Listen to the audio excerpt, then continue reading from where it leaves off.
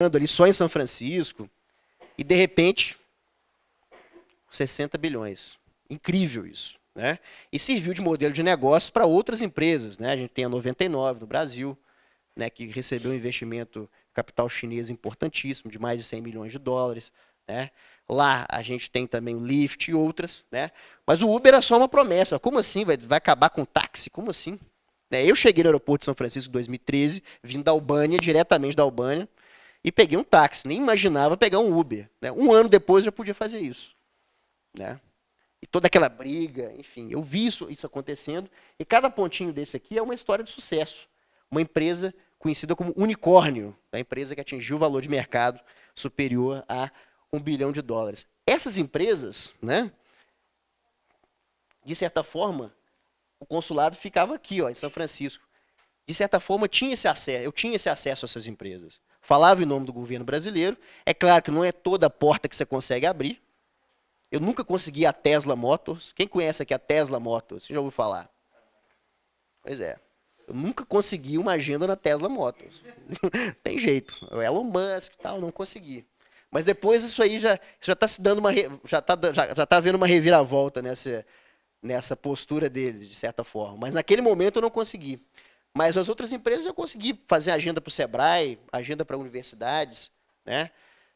Daqui da UFLA houve uma agenda interessante, uma iniciativa que eu chamei de Aceleragro, né?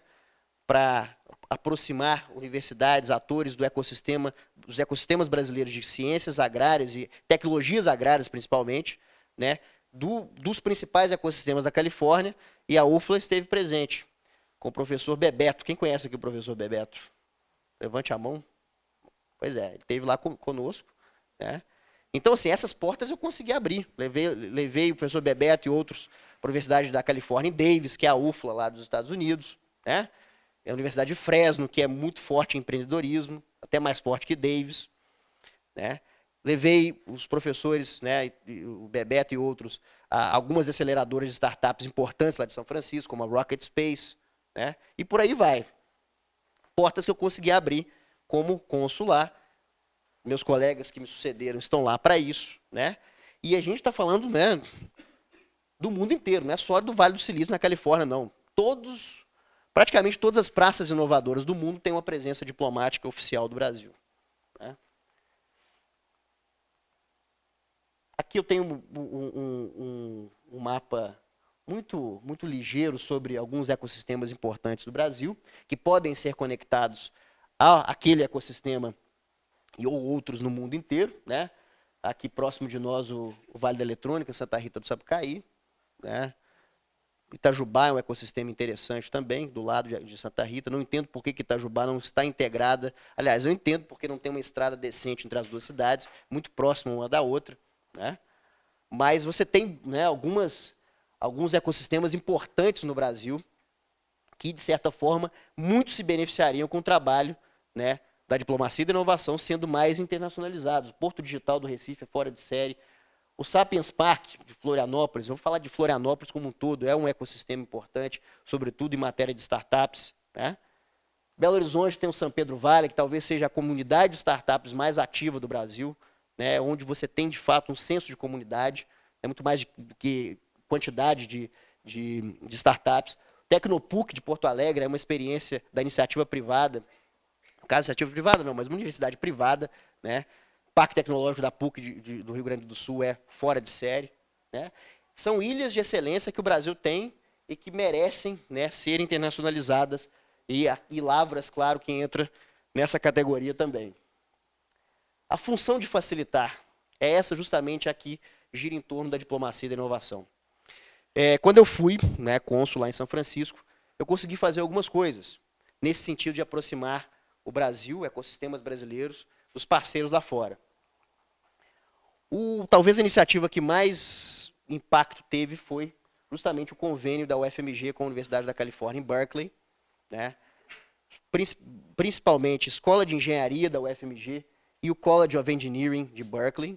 Talvez seja a escola de engenharia mais importante do mundo, possivelmente. Tá? Eu coloquei o UFMG, podia ser a UFLA, podia ser a USP, podia ser o FRJ. Na verdade, houve um evento que nós chamamos de Brasil Berkeley, né?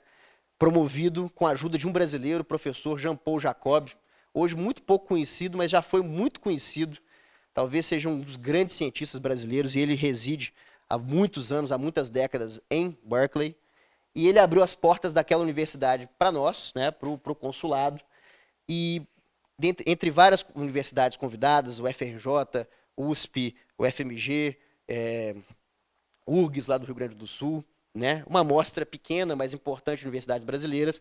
A UFMG foi a única que correu atrás, de fato, de uma parceria, principalmente na área de empreendedorismo. Então, a UFMG integra um grupo seleto de universidades internacionais. Esse grupo se chama GVL, Global Venture Lab. Além da UFMG está a Universidade Tecnológica de Monterrey, no México, PUC do Chile, Universidade de Cambridge, no Reino Unido, na Inglaterra, Universidade de Tsinghua, na China, a mais importante da China, inclusive. Né? Pensem numa universidade inovadora no mundo, Universidade de Tel Aviv, Universidade Aalto, lá de Helsinki, na Finlândia, que promove a feira de startups Slush. Quem já ouviu falar da Slush aqui? Ninguém. Slush, é com U. Slush. É talvez a maior feira de startups da Europa, que acontece anualmente em Helsinki. A Aalto University, que é quem promove, faz parte desse grupo seleto, e o UFMG está lá, como única representante do Brasil. E esse convênio deu tanto certo, deu tão certo porque, enfim, o desempenho das startups da UFMG lá foi impressionante. Em 2 anos, o convênio já dura 4, 5 anos já. Em 2 anos, os últimos 2 anos, startups que foram incubadas na UFMG ganharam o prêmio de melhor startup fora de Berkeley, entre as universidades, né, estrangeiras, o que nos enche muito de orgulho. Então, promover esse convênio foi uma das minhas funções, das minhas atividades lá. E vem gerando um impacto significativo. Foi fácil? Não foi fácil. Principalmente quando eu tive que lidar com o pessoal aqui, né, os parceiros, patrocinadores. A FIENG foi um grande patrocinador desse convênio. Era basicamente $50 mil, né, o preço anual, né, desse convênio, pago pela parte brasileira. E $50 mil, que é mais ou menos o preço de um carro de luxo no Brasil, né? Foi difícil eu conseguir $50 mil para custear esse convênio, né? Perto de vários programas que tem no Brasil, enfim, não é nada. E o impacto que isso vem gerando para o ecossistema de Belo Horizonte, em torno da UFMG, é imenso, né? E consegui, de certa forma, isso deu certo. E no final das contas, o resultado está aí para todos verem. Se vocês pesquisarem o UFMG Berkeley, vão ver muita coisa que foi feita e que serve de inspiração para a própria UFLA, né? Pensando, né, em maneiras de se internacionalizar, pensando em universidades de ponta, né?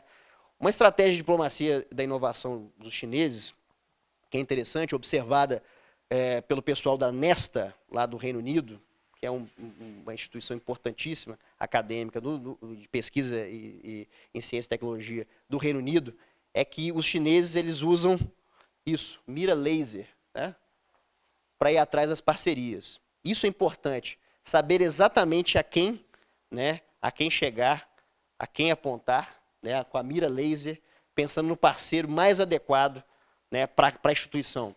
Por isso que eu venho defendendo uma aproximação há bastante tempo. Espero que o professor Chalfun não está aqui, ele é ótimo, né, no sentido de aproximar a UFLA da Universidade da Califórnia em Davis, que é, né, junto com Urbana-Champaign, lá de Illinois, a grande universidade voltada para ciências agrárias lá dos Estados Unidos. Aliás, do mundo inteiro.